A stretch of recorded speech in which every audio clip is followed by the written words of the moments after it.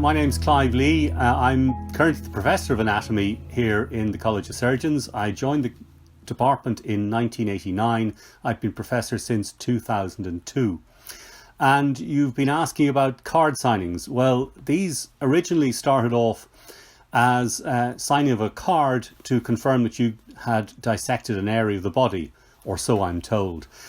Since I've been here, they've been structured tutorials carried out on Thursday afternoons for second med, Friday afternoons for first med, to see if students know their stuff.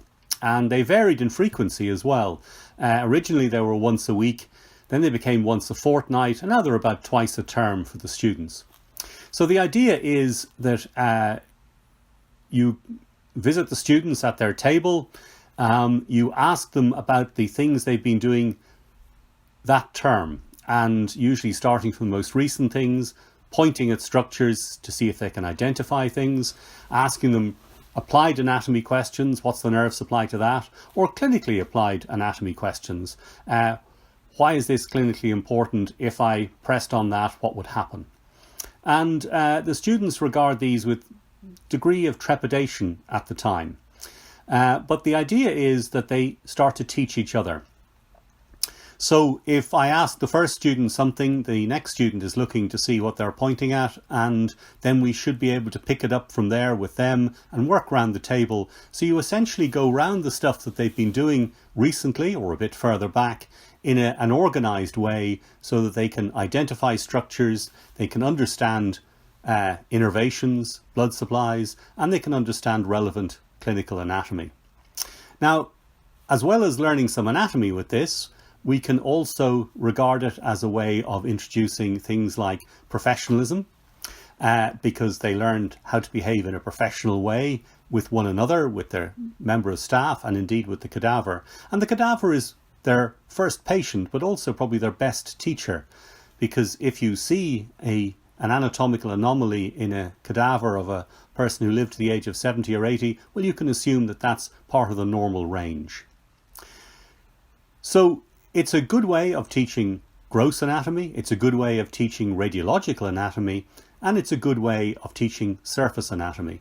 And the feedback we get from students is that they a bit worried at the time, but afterwards they seem to regard it as a good way of keeping them up to date, a good way of learning their stuff, and a bit of a social experience as well. And their first card signing, they're usually terrified to identify anything, and by the time they're doing the last one in second med, they are really experienced spoofers and are able to change the topic of conversation to something they do know something about and work their way out of trouble that way. So it's a great preparation for thinking on your feet, for identifying anatomy, clinical anatomy, and for interacting with people. And occasionally we get a student who says, oh, I don't like this, it's very confrontational, I don't like answering questions. And we say, well, who do you think's going to ask you the most questions when you're qualified? And the answer is your patients. They can be quite fun from the staff point of view, and students are interesting because they tend to ascribe parts of what they're pointing at to you. So they say, you know, there's your knee, there's your ankle, and that's fair enough. It becomes a bit more problematic when you get into the pelvis though. So it can be amusing at the time, it can be amusing afterwards. Hopefully it's not too traumatic, but it's certainly a preparation for standing around a bedside and identifying things on a ward round. So the grading system for card signings is A, if you're good, B, if you're okay, and C, if you're not. And in fact, whatever the member of staff may think, the other students around the table are pretty good at assessing what's good, okay, and bad. And if you, as a member of staff, give a soft mark or a hard mark, they'll be quite critical of you. Now, some of my colleagues who are much nicer people than me, like the late Michael McCormick, used to give people like B pluses and B minuses and things like that. The bad news, I have to tell you, and I'm sure Michael is looking down from above and will forgive me, is that actually didn't mean anything at all, because there only are 3 marks, A, B or C. So if you were very proud of your B plus on the lower limb, it was really just a B, I'm afraid. Anyway, if you got a B, you were okay, so well done. Professor Camilla Carroll is my name, and I'm speaking to you today as part of the RCSI alumni gathering. It's August 2021, and hopefully we're coming out of the global pandemic.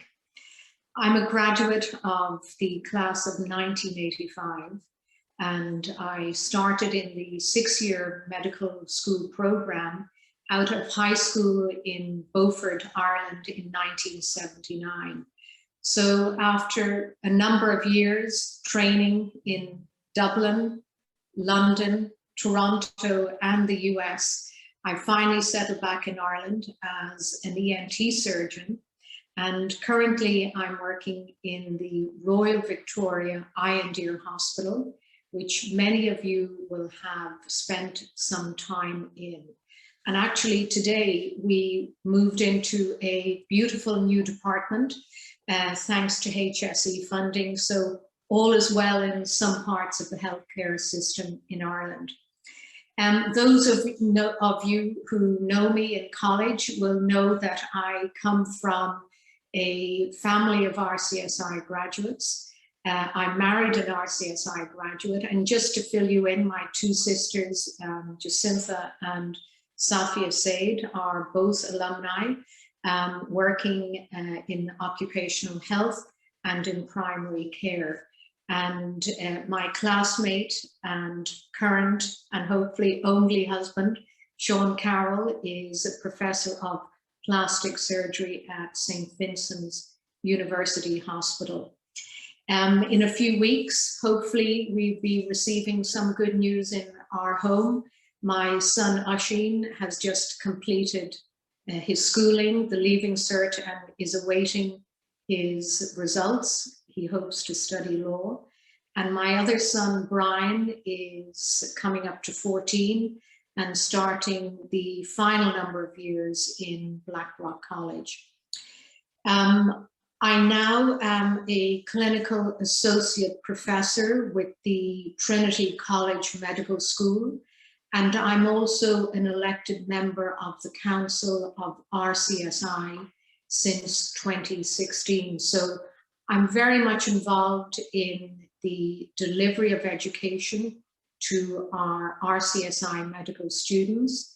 I've had the honor of being the president of the Surgical Society for the last 2 years and the coming 2 years. And I also am involved in postgraduate surgical education. So I'm busy both in a clinical and in an educational setting. It really is wonderful to be here today to talk about card signings, which still exist, believe it or not. And I recently had the pleasure of reading the citation for Professor Maura O'Brien as the Irish Healthcare Award winner for a lifetime achievement in clinical practice. So for everybody who has gone through RCSI as a medical student, both in the past and currently, we are all aware of the huge privilege we have in engaging in the anatomy department at RCSI. And currently, Professor Clive Lee is the head of the anatomy department. And Clive was a fellow student, although at Trinity, when we were in RCSI. And my first memory going into the anatomy room was, great, we've arrived, we're real doctors now. I always wanted to be a surgeon.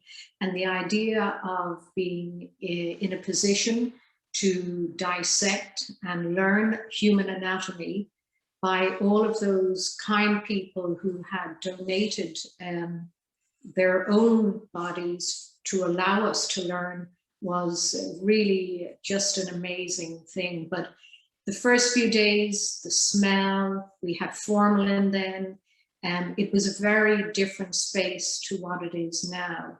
And that was somewhat intimidating, but you really got used to it very quickly. And there was so much help from the professors of that time and all the prosectors, some of the retired surgeons. So we were made to feel very comfortable and very much at home in a short space of time.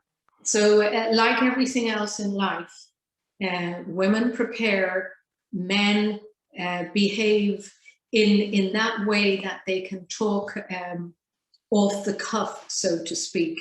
So depending on what table you were at, there was always the Australian table. You guys will know who I'm talking about. There was the Irish table, and then maybe there was a mixed table of those quieter, shyer people who always knew all the answers but didn't really want to shout up. So I maybe was at one of those mixed tables, which was good, but we were always a little bit apprehensive when Prof. O'Brien arrived at our table after being at the Australian boys' table, because there she would have given them all the easy answers and left the more difficult stuff for us. I'm joking, of course, but no, in the anatomy room and card signings, the reason we do it, the reason why RCSI excel as a school of surgery is based on our grounding in anatomy. It's an excellent preparation for the clinical setting, for being a very versatile and informed surgeon. And that's where we learned all of our information. We must remember Anne Legg, who was there when I was in college and sadly died subsequently in an RTA. But between Dr. Legg, Professor O'Brien, and the retired surgeons, we really knew what the workings of the human body were at the end of first year. And I think that was one of the things that set us apart from some of the other medical schools, certainly in Dublin and in Ireland. So I'm not sure if I really gave that great insight into the trepidation of the card signing, but if you were prepared, if you had done the work, and certainly if you had attended the lab, you were well set up to pass your card at the end of the week. And in truth, most people did. It took a while to get used to the system, but really after the first 6 to 8 weeks, we were well versed, we knew what we had to do, and the majority of people bought in to what was on offer. It was a time when your cohort, your class were put together, came together. There was a beginning, a middle, and the end, and it happened every week. So there was an intensity about it. And that also at a very early stage, particularly because we were all in a 6-year program. We weren't in there for 4 years or 5 years. We were there for 6 years. And we came from different parts of the world, from different backgrounds, different ages.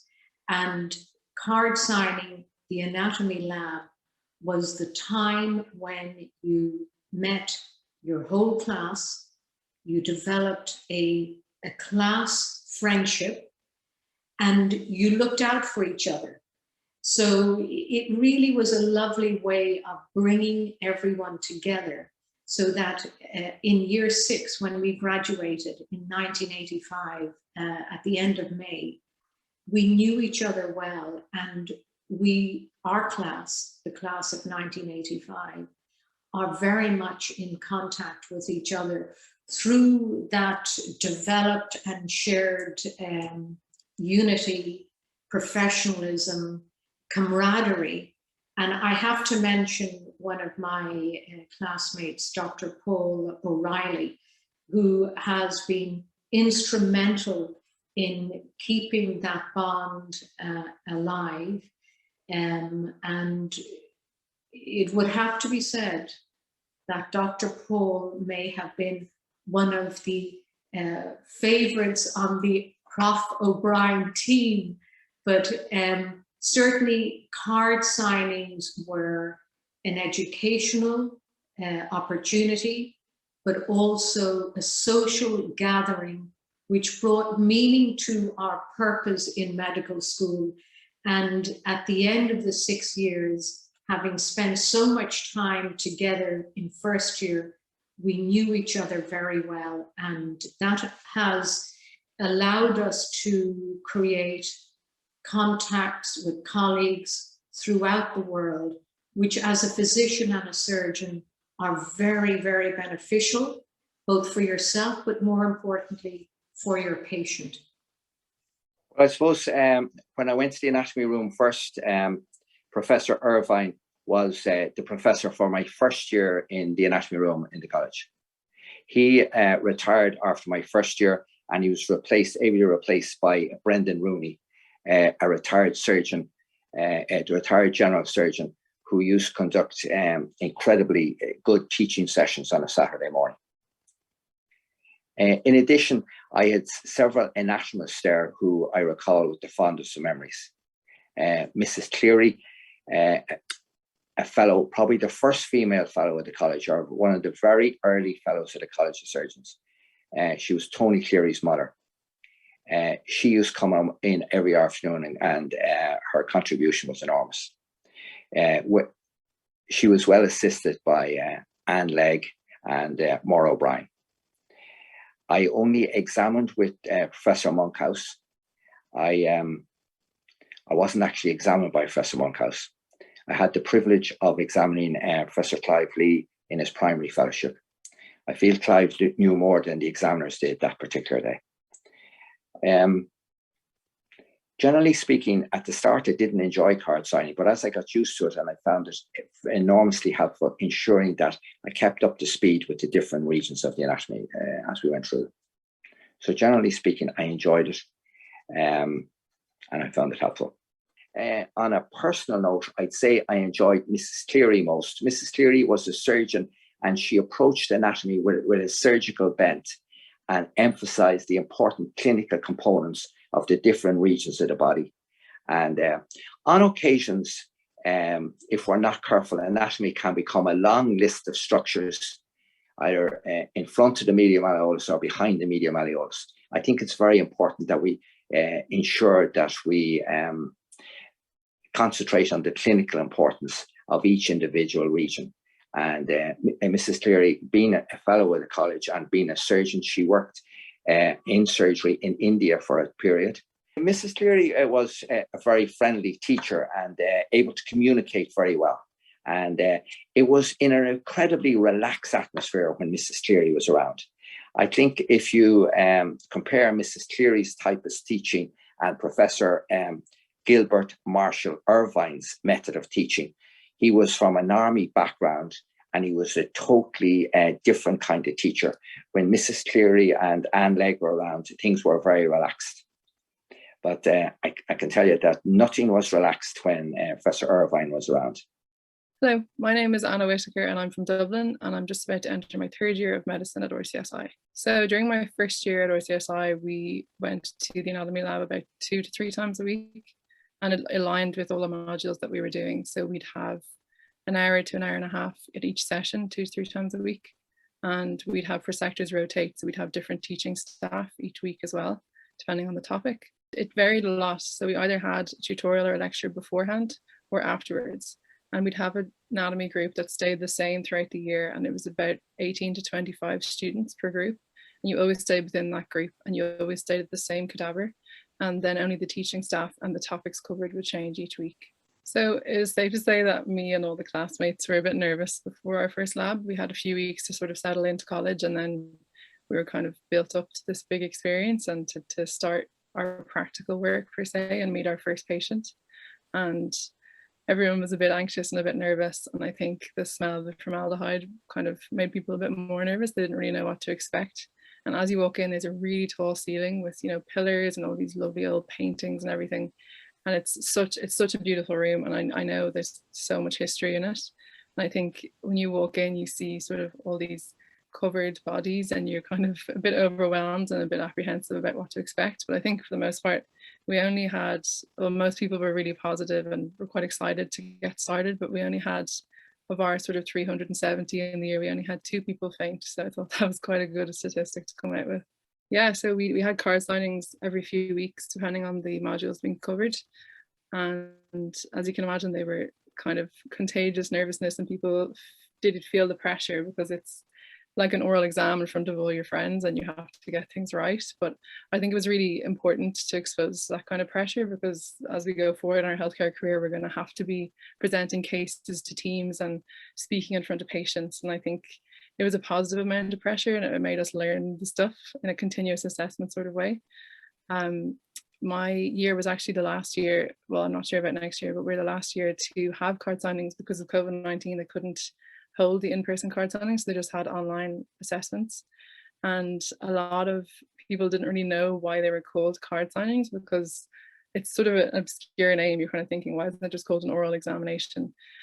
And my mother had gone to RCSI, so she told me that they used to bring a card and then get it signed if you passed your exam. So I kind of knew going in what to expect, whereas lots of people were like, do we have to bring cards? Like, what are we getting signed? Like, what do we have to do? What do we have to prepare?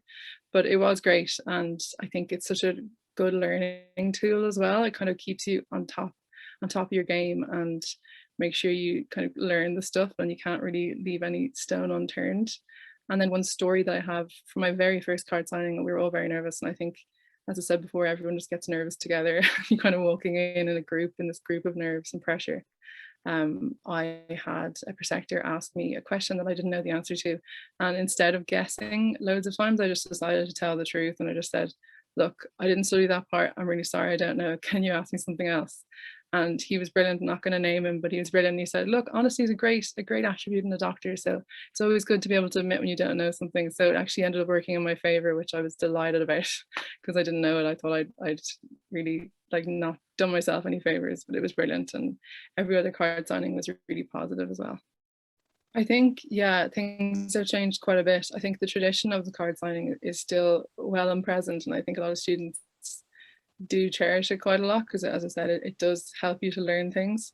But the accessibility we have of sort of online learning and YouTube videos to help us learn sort of acronyms for anatomy and all these other technologies that my mum and her generation wouldn't have had. I think we have a lot of resources, and I think I don't want to say it's easier to learn things now, because maybe sometimes too much is too much and you can kind of oversaturate as well. But we definitely have a lot more ways to learn, and I think we're very grateful to have that. Yeah, the advice I would give to people coming in and people starting first year and not really knowing how to feel about the anatomy room and how to feel about card signings, I think just take it in your stride. Like, you can't prepare all of the anatomy, so just learn what you can, go in and try and enjoy the experience, because it's such a unique experience, and a lot of medical schools don't actually provide that. They just have online versions.